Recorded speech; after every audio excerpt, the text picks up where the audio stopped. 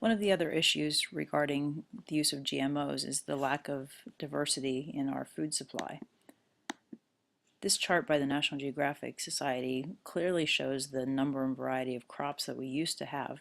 Take a look at it really closely. At the top half up here, it lists the number of varieties of commercial seed that was available a century ago in the early 1900s. And you can see that there were hundreds of varieties of lettuce and hundreds of varieties of muskmelon, which would be like cantaloupe and that sort of plant. 400 varieties of tomatoes, 200 varieties of cucumbers, and 500 varieties of cabbage. And where are we now with our diversity? Right now, if we look at something like radishes, it had 288 varieties, and now from a seed company you can buy 17 varieties, and that's it. Cabbage from 500 varieties all the way down here to 28 varieties. Tomatoes, 408 varieties down to 79. So it seems a lot of times when you look at a seed catalog that it seems like they're always coming up with new varieties and types of produce and things like that. But really what we've done is we've done away with a lot. We've tried to grow things that are faster, more disease resistant. A lot of things taste the same. And when you go to a farmer's market, you'll usually find there are some places that are trying to recapture these heirloom varieties as they're considered of lettuces and melons and tomatoes, and really highly sought after. That kind of leads to the next topic when it comes to alternative food sources, and that's kind of like the general foodie trend. Lots of people have a high interest in food right now, and that can be a benefit, but it can also be a detriment. People want to try foods from all different areas. If you think back to the pictures at the beginning of this lesson, people from all the various countries, you saw that people in countries all over the world were eating food from all over the world. That was not really just no such thing as really your local type of food. More cultures are definitely mixed now. To see this trend, you can just walk through a grocery store. If you look at the Market District, they have a whole section of produce that is unusual and different. They have a whole sections of food that are, here's the Thai food, and here's the Italian food, and the Polish food, and just all these different varieties of food. That's one trend in food, but another one is definitely the think global but eat local. So how do we make those things we might crave from and want to try from other countries, but also do it by supporting the local economy, the local agriculture? Probably the biggest trend to come about in farming is organic farming. And as we talk about the latest version of the Farm Bill, we'll see how important that really has become in the years since the last Farm Bill was passed. Organic farming is considered a sustainable practice. It's growing crops without synthetic fertilizers, without synthetic pesticides, and not using any genetically modified foodstuffs. That doesn't mean to say that they don't fertilize or they don't use pesticides, but they might use a natural variety. There are some plants that naturally ward off various insects, fertilizers, manure from other animals, things like that. Those are great fertilizers. And whenever it's organic farming related to animals, they're grown without antibiotics and without any growth hormones as well.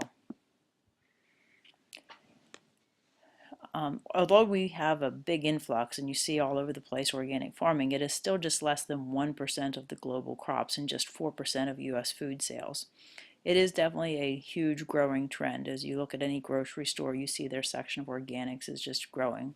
You see complete stores like Whole Foods and Trader Joe's dedicated to the concept of organic and not using pesticides and fertilizers. Other regions of the world, Australia and New Zealand, very much into the organic produce and organic crops and beef. There are definitely some clear advantages to organic farming. Again, they use natural pesticides and weed control. This may mean actually physical labor to get rid of the weeds instead of just applying a chemical to do it. It is usually locally and regionally oriented. It supports the local economy. It supports local farmers. Not using antibiotics, so that decreases the risk of antibiotic resistance. And using sustainable practices so that we save our soil, help out that nutrient cycling in a natural way with crop rotation and appropriate grazing practices. The disadvantages, and this was a report that came out probably just about 6 months ago, that studying the food produced from organic methods and the food produced from other methods, traditional methods, we'll call them traditional now, there's really little to no nutritional advantage. If it has the same amount of vitamin A and vitamin C, etc., it has the same amount of protein. It is more expensive. Just look at the price of, go to the grocery store, look at the price of organic carrots and look at the price of regular carrots. There is some confusion with a lot of consumers with the labeling. You see the words 100% organic, you see just the word organic, you see natural, things like that. So, you know, what do all those mean? Is there a real definition for those terms? And another problem that organic farmers are having, and I'm not sure if you would consider this a disadvantage or just an issue, is the infiltration of genetically modified foods, particularly crops. When you plant a crop of, say, corn, and you're growing it for sweet corn to sell to consumers, if the farm next to yours is also growing corn that's been genetically modified, when the pollination for that corn occurs, there's nothing that keeps the pollen from the one crop from mixing with the other unless you put it inside a greenhouse and block all the wind from blowing. Usually that pollen is carried by wind, and infiltration by GMOs is definitely a concern for any organic farmer. There are some new food sources. There's many of you maybe heard of quinoa. Quinoa, I'm sorry, that's an Ethiopia like super grain, but there are some others as well that are making their way to the marketplace that have highly nutritional benefits as well. We'll continue on, since we have some more time in this lesson, to talk about nutrition and where that stands as far as world hunger. When we talk about world hunger, there are still many people on the face of the earth that are hungry and don't have enough food. Many of these are in developing nations, but I want you to look closely here that 842 million without enough to eat, 827 million are in developing countries. That means there's still 27 million people in the developed world that don't have enough to eat, and those are some people that we, in our local area, need to be concerned with. Asia has the largest number of hungry people, but sub-Saharan Africa has the largest percentage of their population that is hungry. 1 out of 6 children in developing countries is underweight. A lot of those deaths in the children under age 5 are due to poor nutrition. 1 out of 4 children have stunted growth caused by poor nutrition. If you ever see, I know in my community there's some immigrants from Asia that live in the area, and all of the people, there's a church they go to down the street from me. I see them when they come out of church, and most of them are very small, stunted growth, and that's an issue because of lack of good nutrition. Typical person, 2,000 to 6,000 calories a day. We need enough protein to get those essential amino acids. We need carbs, you need fat, minerals, all the vitamins that we need. Those are the nutritional needs that every person needs to have in order to grow and survive. The problems with that are basically twofold. One could be undernourishment, and the other could be malnourishment. Undernourishment means that you don't have enough nutrition. You're not getting enough of the minimum daily intake over a long period of time. Slightly different than that is malnourishment, which is just a particular lack of a dietary requirement. Many of those are reversible, whereas undernourishment usually leads to permanent long-term developmental delays. When it comes to malnourishment, 2 diseases are fairly common in the developing world. One is called marasmus, which is where you don't get enough energy, enough calories, and that leads to a protein deficiency. And that is kind of distinguished by children where you can see their ribs, a sunken in stomach, and they're just not getting enough calories.